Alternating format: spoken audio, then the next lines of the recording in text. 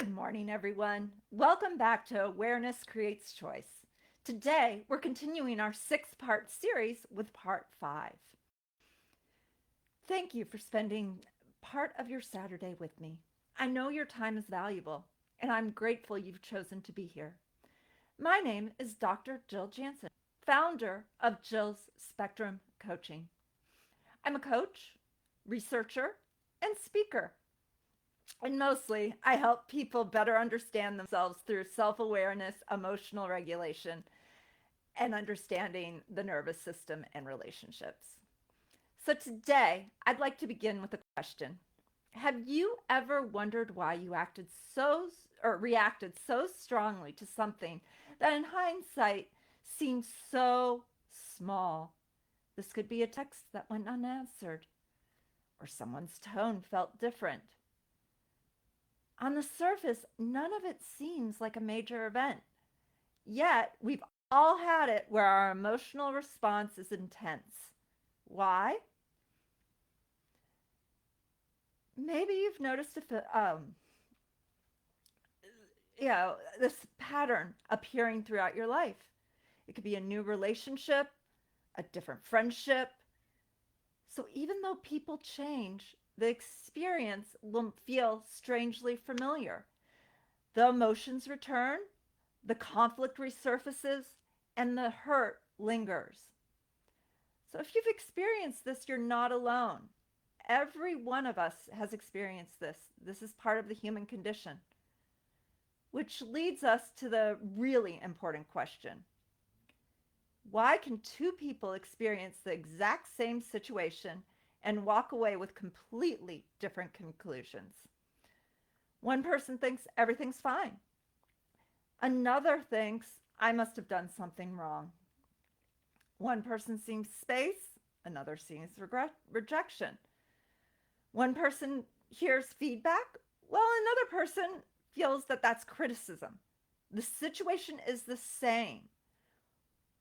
What creates this difference in experiences? And today I'd like to suggest that the answer is not the situation itself. It's the hidden beliefs we bring into the situation. Every one of us has beliefs about ourselves, about other people, about relationships, about how the world works. Most of the time, we don't consciously choose those beliefs. Our nervous system learned them through our experiences. Our brains are remarkable prediction machines.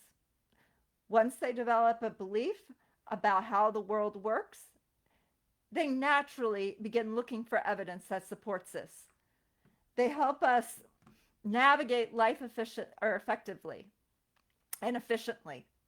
But it also means that beliefs that we once protected us can continue influencing us for how we see ourselves, other people, and even the world, even after they no longer reflect reality. These beliefs are often developed in our childhood to keep us safe. But those beliefs become the lens through which we interpret our experiences. And once that lens is in place, our minds naturally fill in the blanks with a story that makes sense through it. So if I believe I'm not enough, I'm going to assume they're disappointed in me. If I believe I have to keep everyone happy, my mind immediately goes to, I need to fix this. But if I believe people are generally trustworthy, your first thought is more likely to be, oh, they might be having a bad day. Nothing about that situation changed. Only the underlying belief behind it did. So that single shift creates a completely different interpretation.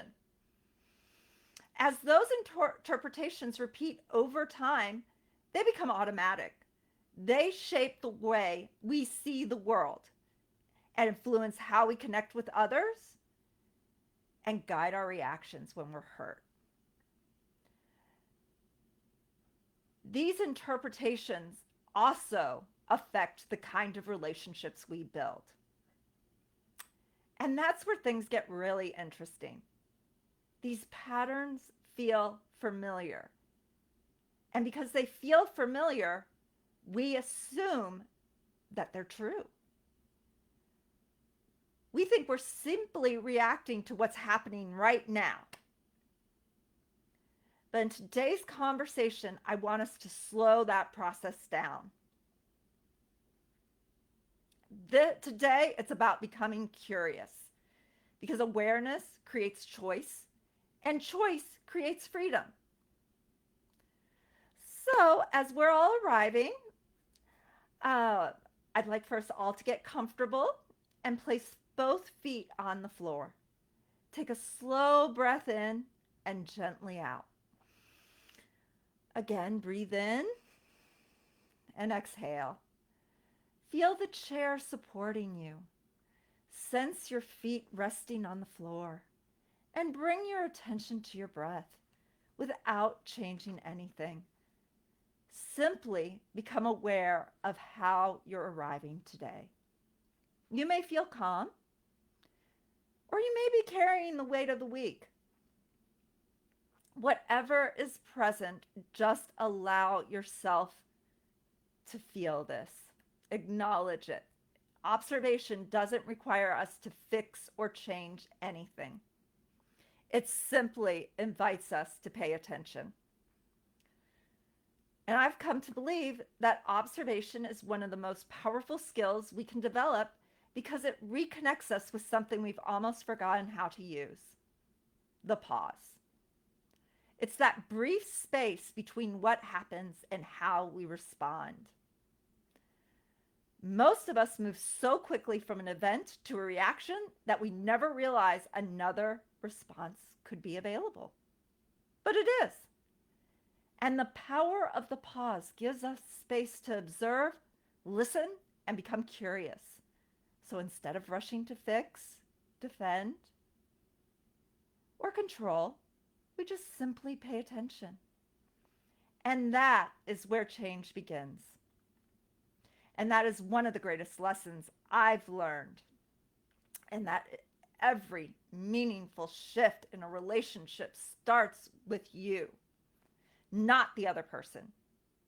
For years, I believed my relationships would improve if only the other person changed, if they communicated more clearly, understood me more deeply, or made different choices. After much frustration and lots of trial and error, I realized that the lasting transformation wasn't going to be from anybody else. It was going to start when I looked inward. As I recognized my beliefs, uncovered old patterns, and created space before reacting, that's when I stopped operating on autopilot and became an active observer. And that one change reshaped every relationship in my life. So as we spend time together today, I don't expect you'll leave with every answer, but I do hope you will leave with a new way of looking at yourself. A perspective that helps you recognize familiar patterns, respond with greater intention, and replace assumptions with curiosity. Because real change begins the moment we start seeing ourselves more clearly. And this doesn't happen all at once.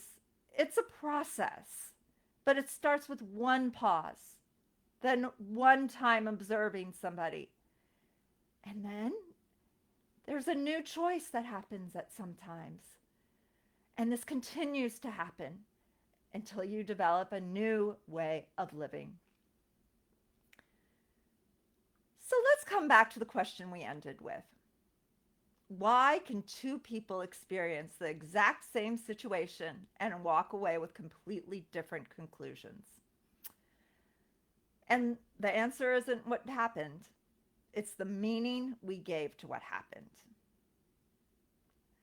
So for an example, imagine you send someone a text message. An hour goes by and there's still no reply. We talked about this before, but these questions are so powerful. the first question is, what do you actually know? You sent the message, an hour elapsed. There hasn't been a response. That's all you know. Everything else is an interpretation. But our minds do not like uncertainty. They want to explain what's happening. So think about a time you've been misunderstood recently. It could be a partner, a friend, family member. And now think about that specific moment with that someone in your life. Maybe it was that they didn't respond to that text message, or maybe they were a little bit more distant, or their tone felt different. With that situation, what meaning did your mind immediately assign to that moment? And now ask yourself, what did you actually know? And with this situation, when we're looking at it and examining it, are you now noticing the difference between the facts and that story that your mind wants to create to explain what's happening, but it's not the facts? That small gap is where many of our misunderstandings begin. It's our mind naturally wanting to make sense of uncertainty. But the explanation we come up with depends on those beliefs that we're carrying. So one person with that delayed text might say, oh, they're busy. Another might say, oh my goodness, they're upset with me.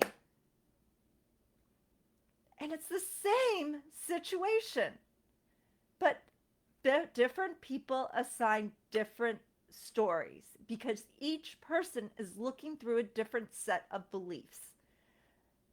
When we're processing a event, the belief comes first and the story follows. And over time, those stories become the familiar pattern. So let's look at another example. Imagine someone important to you walks into the room, noticeably quieter than usual. One person would think, that person might have had a long day. Another, which was me months before, was thinking, oh my God, I did something wrong. I know it.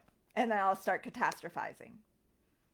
But those facts of what that event was didn't change. But the belief of the people was different, so the story changed. And that's why it's one of the reasons I encourage people to ask themselves, what do I actually know about a situation? It's a simple question, but it slows everything down. And it helps us separate facts from assumptions. And for me, my anxiety versus calm. Because when we don't have all the information, our brains fill in the blanks. And they fill it in with old beliefs. And those old beliefs create familiar stories. And those familiar stories create familiar patterns. And that's why it can feel like you're living the same relationship over and over with different people. The names change, the circumstances are different, but for some reason, that emotional experience feels strangely familiar, and those old fears resurface. Then the conflict follows, and then the disappointment comes. So it's easy to conclude that you're simply unlucky or that you keep choosing the wrong people.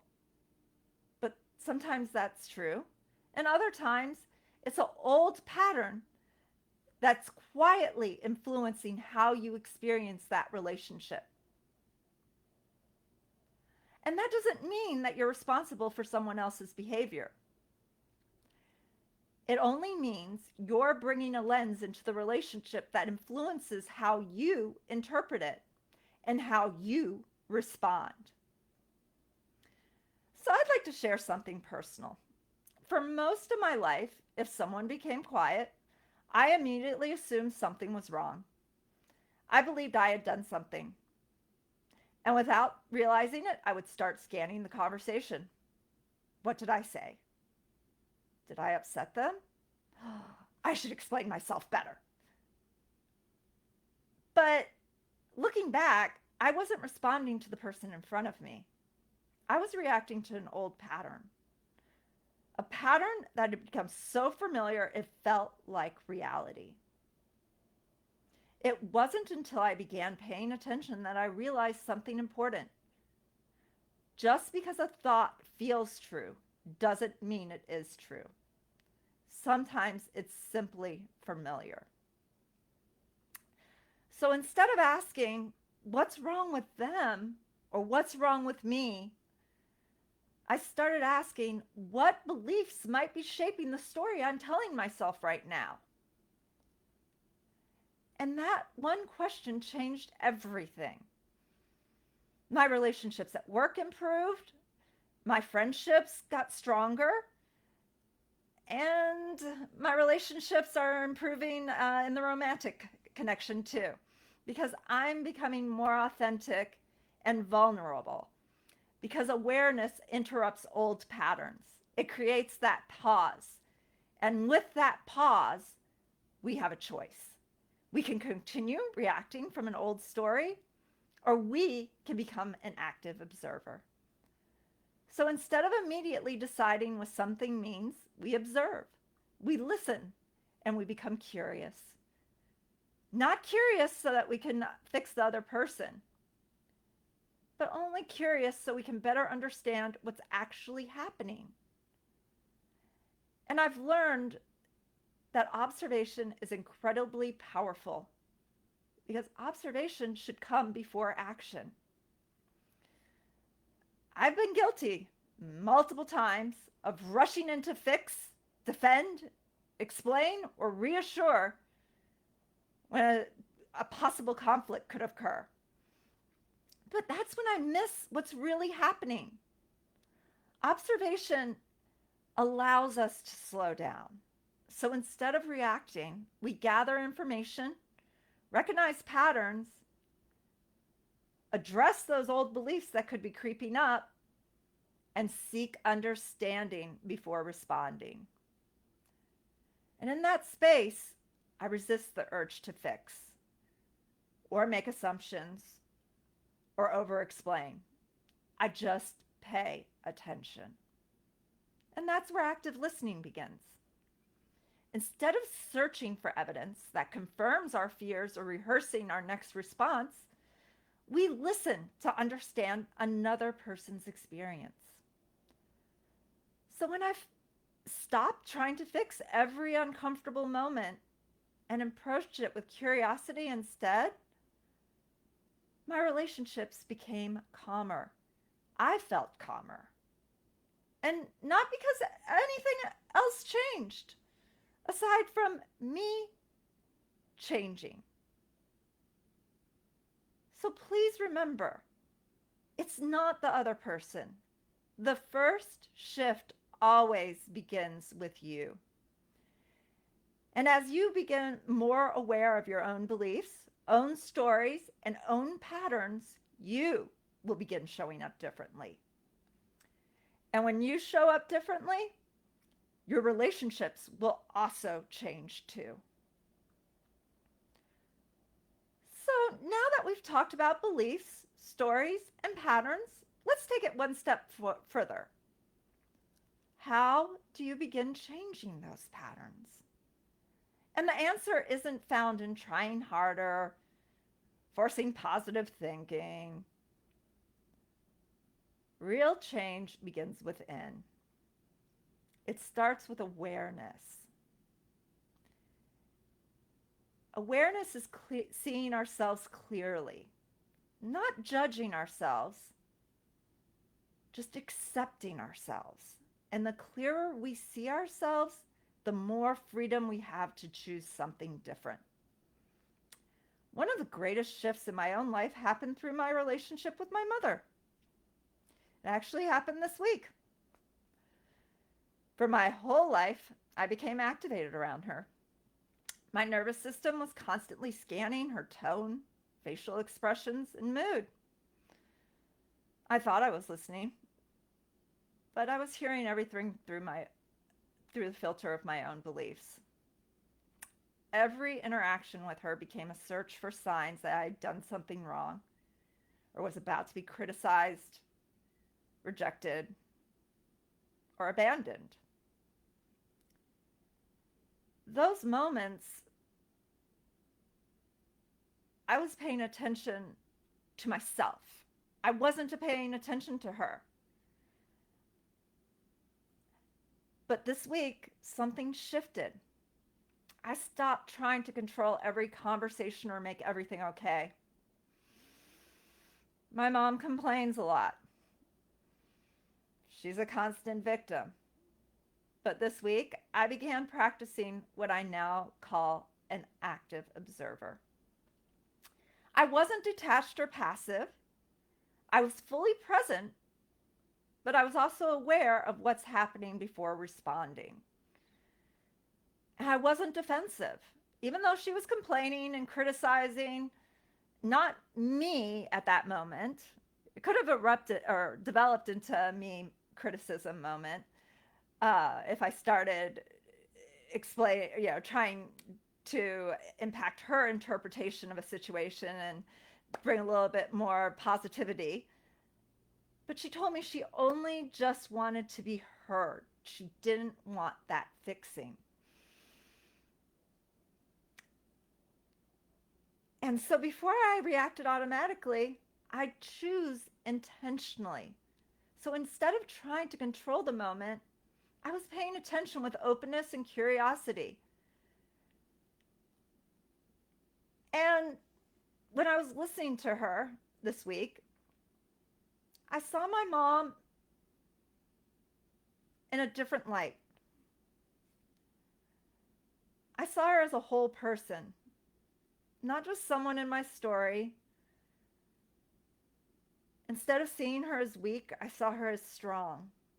And I noticed her fears, her patterns, her experiences. And I began listening to understand instead of listening to respond. And that's the heart of active listening. Active listening isn't waiting for your turn to talk. It isn't preparing your defense when someone else is speaking. And it isn't listening for evidence that confirms your beliefs or fears. It's listening with genuine curiosity. In my head, at those moments, I'm thinking, what might this be like for this other person? Instead of thinking, well, what does this mean about me? And that one shift transformed our conversations. Not because I became a new person, but because I became a different listener. I also discovered something else. As I mentioned, I noticed my mom's patterns. When I was observing, I could notice my patterns and other people's patterns too. Not just isolated moments, but patterns. Everybody has bad days. People forget things. Life gets overwhelming. That's all part of being human. What matters isn't a single moment. It's what happens consistently over time. When I was evaluating a student, I would look for themes. It was something that appeared at least 3 times during an evaluation. And those themes revealed what isolated moments could not, just as patterns reveal what isolated moments cannot. So notice whether a person's words consistently match their actions and watch how they navigate conflict or respond to boundaries, take responsibility. I mean, are they even showing interest in your experience? During these times, the goal isn't to judge. It is to understand. And sometimes when we become so attached to who we hope someone will become, We stop seeing who they're consistently showing up as. But observation keeps us grounded in reality.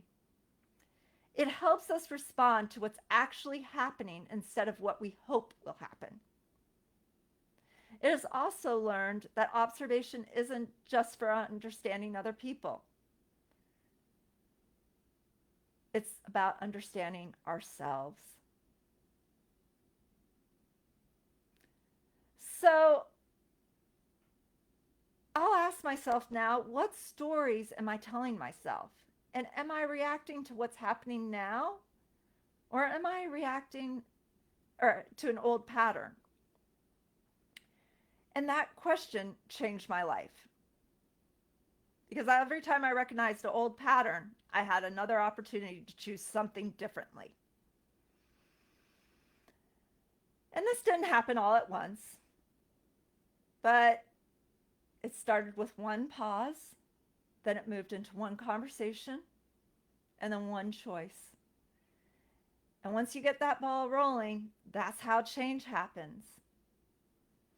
It's not through an overnight transformation, but through consistent effort, and also by growing a little more aware each day. That awareness creates choice. That choice creates freedom. And that is where you can create lasting change. So here's the question. If these beliefs are quietly influencing your relationships, where do they come from? None of us were born believing we're too much or difficult to love. Or I even had a belief that I was not able to be forgiven. I also had a belief that I was responsible for everyone else's happiness. Through introspection, I realized that these beliefs are learned through experience. And in these experiences, our nervous system is asking questions like, what helps me stay safe? Where do I belong? What earns acceptance? And over time, these answers became deeply held beliefs.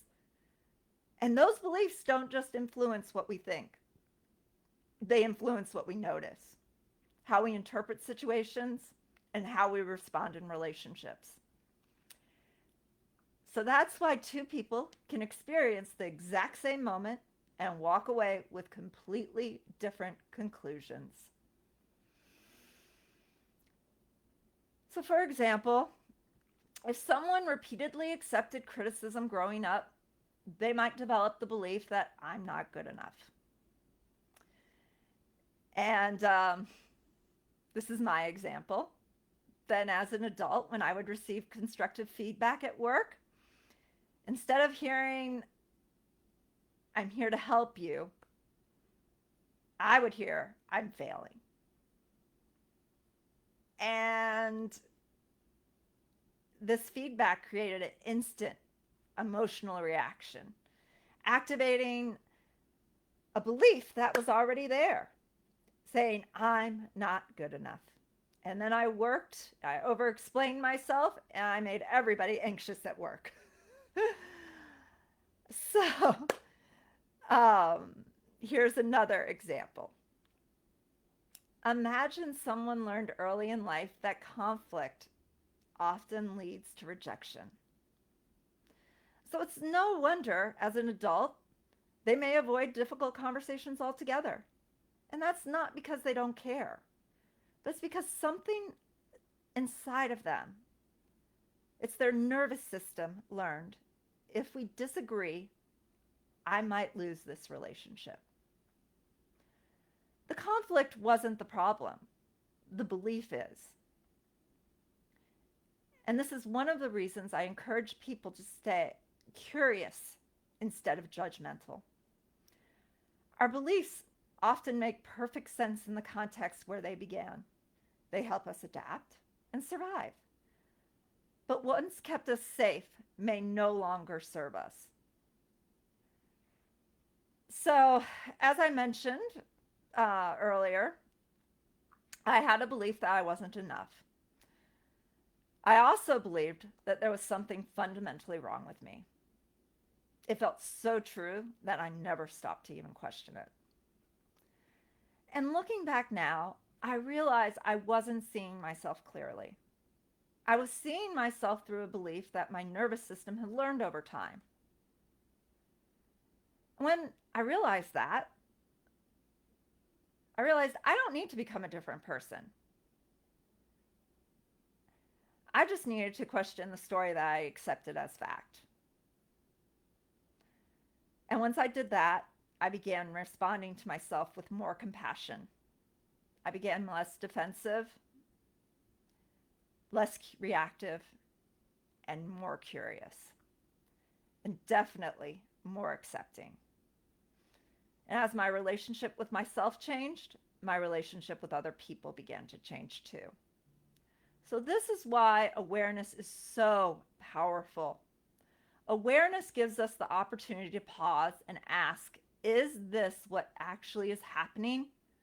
Or is this what I learned to believe? And those are very different questions. Because if it's a belief, it can be explored, questioned, and over time transformed. So, this is about understanding where these beliefs came from and how they've shaped us. This is not about judging ourselves for the beliefs we carry. I've had some doozies of some beliefs. In a coaching session, I can definitely explain to you some of my unusual beliefs.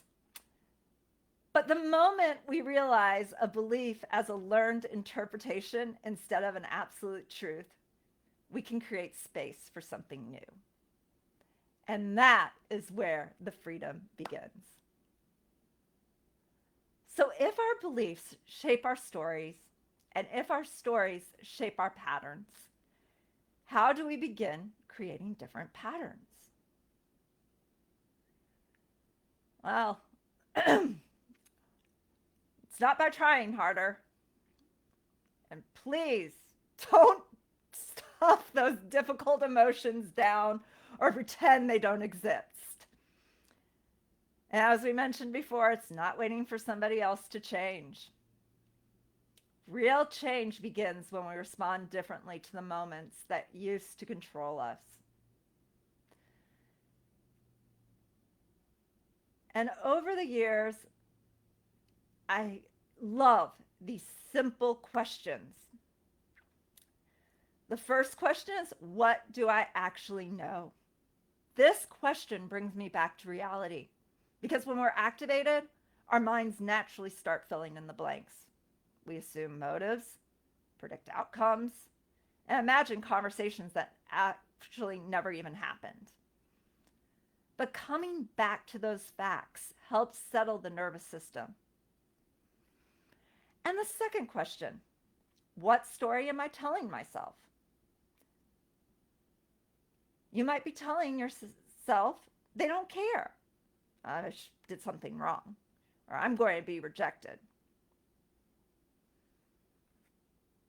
These stories reflect your mind trying to make sense of uncertainty. Please do not judge these stories, regardless of what shows up. These thoughts do not make you a bad or wrong person. They are just thoughts. And then the third question, what belief might be shaping the story? This is where we go deeper into those beliefs or into those thoughts. Perhaps this moment is activating something much older. It could be a belief that you're responsible for everybody else's happiness. Conflict isn't safe. Or that your worth depends on getting everything right. Once these beliefs you're aware of them, they no longer can run on autopilot. And you can examine it instead of accepting it as truth. The fourth question is where everything begins to shift. The fourth question is, who do I want to be in this moment? It's not, how do I get them to understand me? How do I get them to change? This isn't about outcome. This is, how do you want to present yourself in the moment? Do you want to be someone who reacts immediately, or do you want to be someone who responds thoughtfully? Do you want to lead with fear or curiosity? Or do you want to protect an old belief or practice a new way of relating? So I've discovered that this question has transformed my relationships from trying to manage someone else's behavior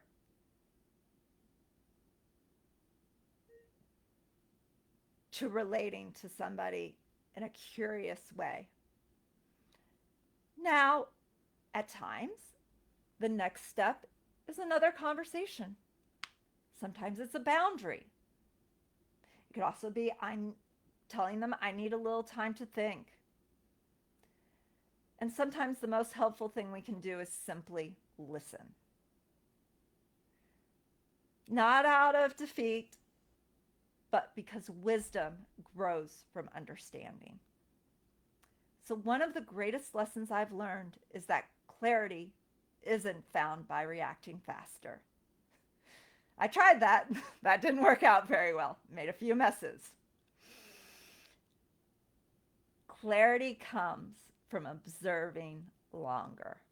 When we slow down, we begin noticing what is consistent instead of what is momentary. We stop making decisions based on one interaction and start paying attention to the patterns. Over time, patterns reveal what's consistently true.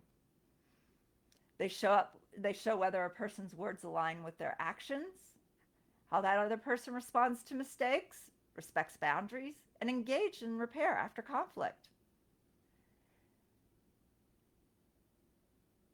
And then when we slow down, we can also help see ourselves clearer. Those stories we default to, the fears, those beliefs. And that is why observation is such a powerful act of self-leadership. It's intentional. It's choosing understanding before reaction. And here's what I found. The healthier I became, the less interested I was in being right. The more interested I became in was seeing a situation clearer. Because clarity leads to wiser choices.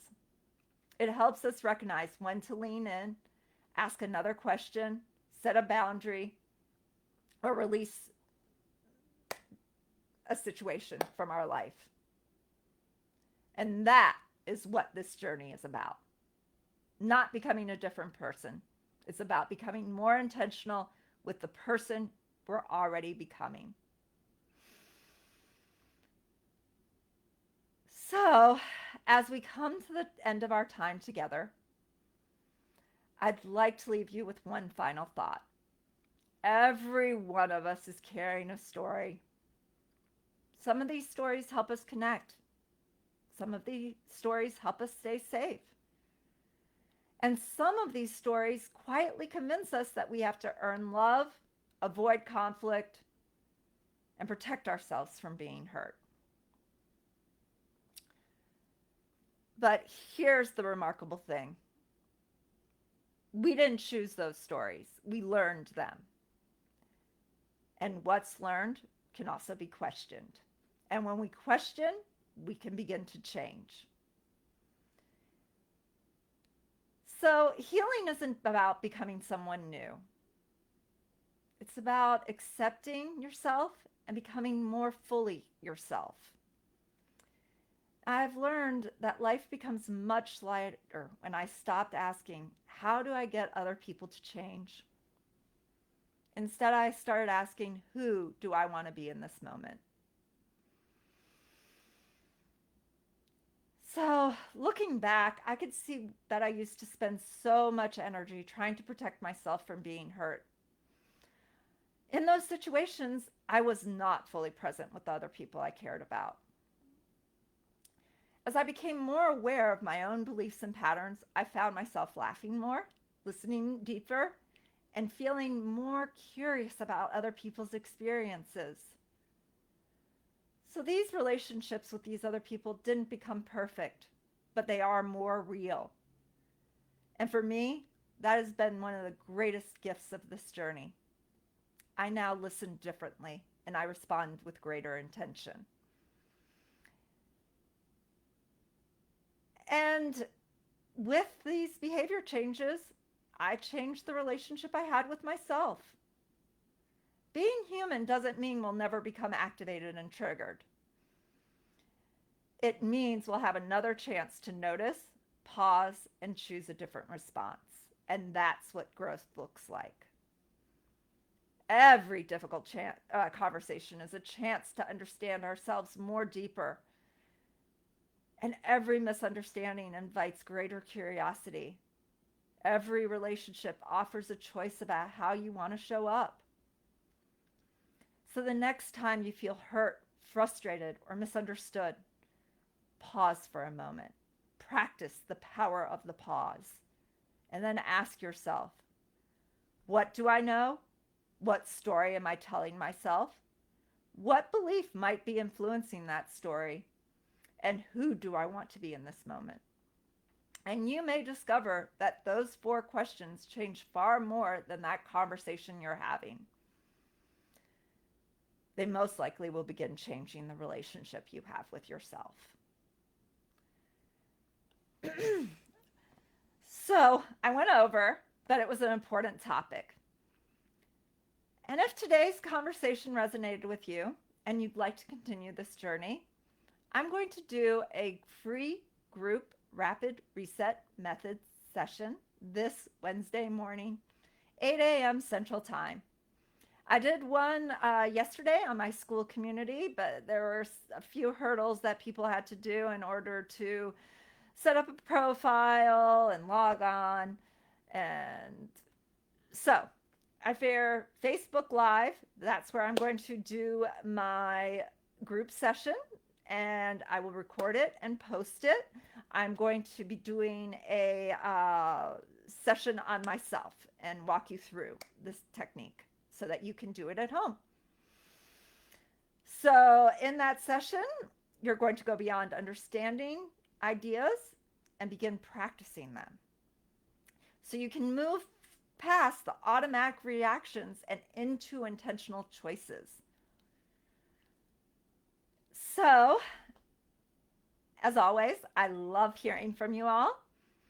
And I can't see the chat now, but if you would, share one insight you're taking with you from today's talk, or one belief you'd like to begin questioning. And thank you so much for spending almost 50 minutes of your Saturday with me and allowing me to share a piece of my journey. So please remember, growth doesn't require you to stop being human. It just begins with becoming a little more aware, because that first shift starts with you. Awareness creates choice, choice creates freedom, and every new choice begins the beginning of a different story. Thank you for joining us. And I will be finishing my series next Saturday, 10 o'clock. And then I'll be taking a break from the lives for a little bit as I move into my new house. Thank you, everybody, and have a wonderful weekend. All the best.